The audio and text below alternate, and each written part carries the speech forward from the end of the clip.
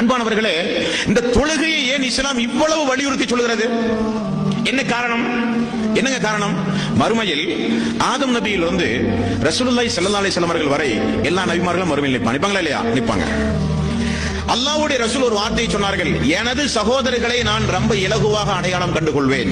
சஹாபாக்கள் கேட்டார்கள், எப்படி யார சொல்லலாம், நீங்கள் அவர்களை பார்க்கவில்லை, அவர்கள் உங்களை பார்க்கவில்லை, இனிதான் வரப்போகிறார்கள், கியாம நாள் வரை நீங்கள் தான் நபி, எப்படி யார சொல்லலாம் நீங்கள் பார்ப்பீர்கள்?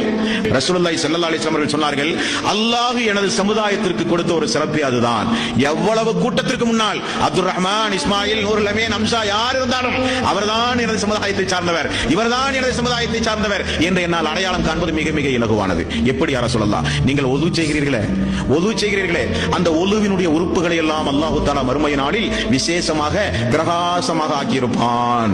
அப்ப அந்த கோடான கோடி மக்கள் மத்தியில முகம், கை, காலெல்லாம் கொஞ்சம் வெளிச்சம் முடிக்கும் நமக்கு. உடனே ரசூலுல்லாஹ் அவங்க எல்லாம் என் சமுதாயம் ரொம்ப சாதாரணமா சொல்லிவிடுவார்.